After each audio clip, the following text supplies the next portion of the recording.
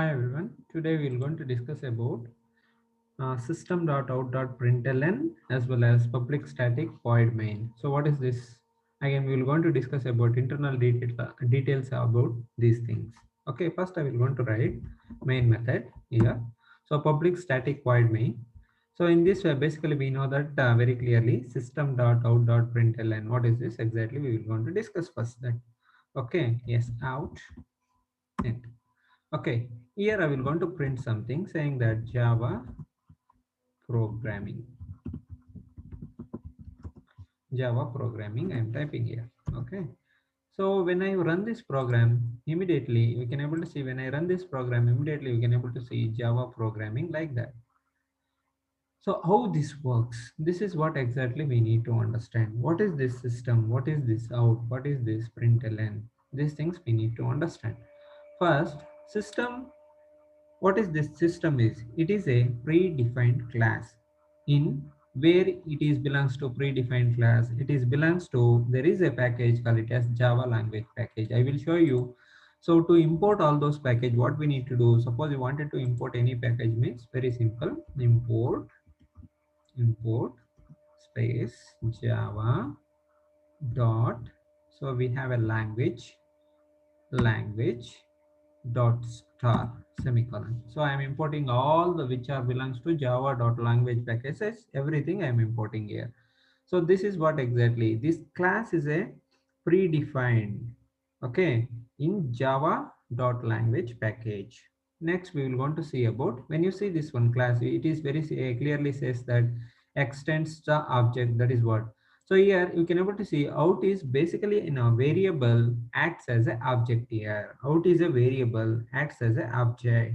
So it is an object of print stream class. You can able to see when you go to out, it is an object of which stream. Basically it is belongs to print stream class. Okay, input output function, that is print stream class. Again here println is a method, okay, which is defined in print stream class. Which class? Basically it is defined in print stream class.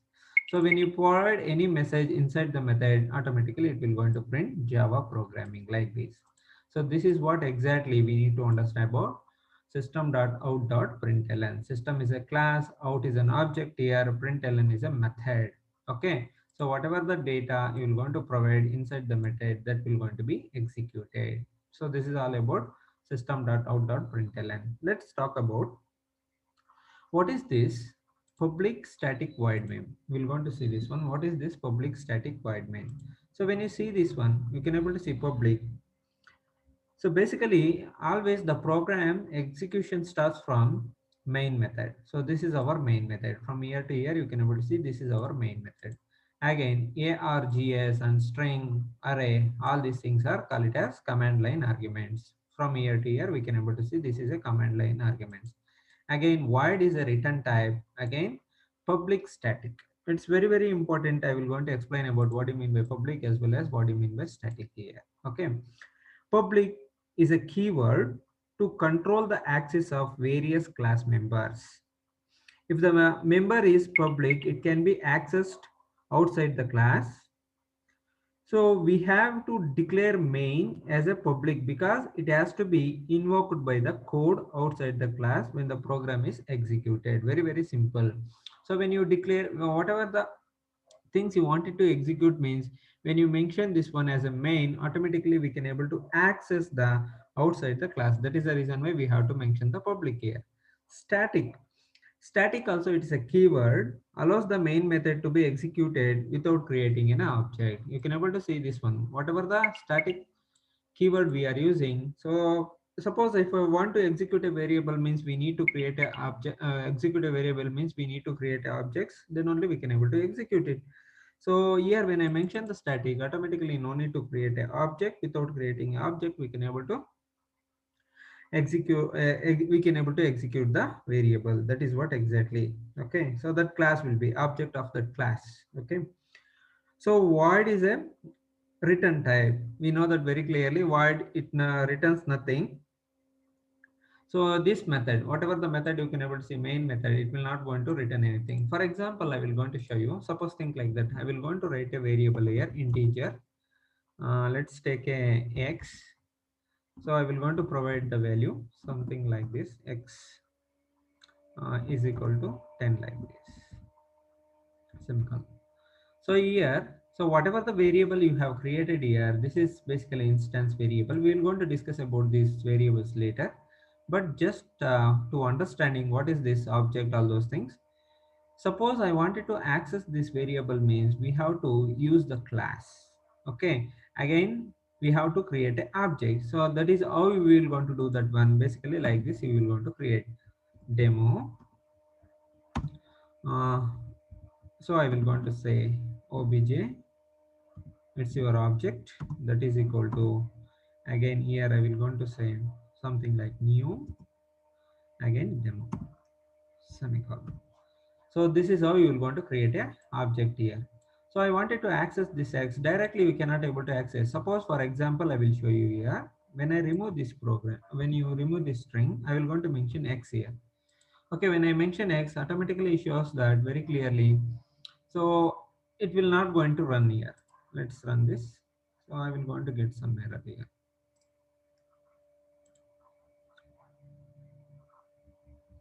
Let's say that it's taking some time.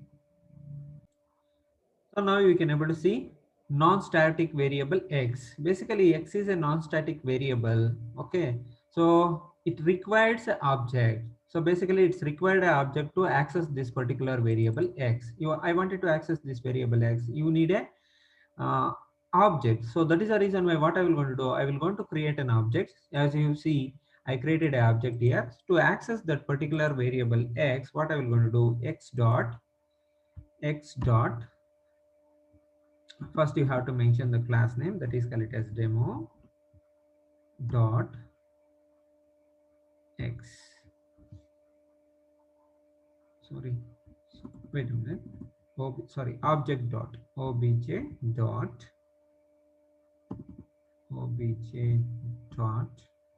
x. So now you can able to access this one. So when I run this program, automatically you can able to see. So you can able to access the value 10. But still we can able to access this variable x by creating this variable as a static. So what I will do, I will going to make this one as static. Okay, I will going to make this one as static. Now without object, still I can able to access this one. I will going to comment this one. Okay, I will going to comment this one. So I will going to use here. So using class I can able to access here. Okay, demo. So now when you run this program, automatically easily it will going to run it. So I will going to change the value here, something like 0.20. So now you can see, so it is executing, nothing but you need to understand very clearly.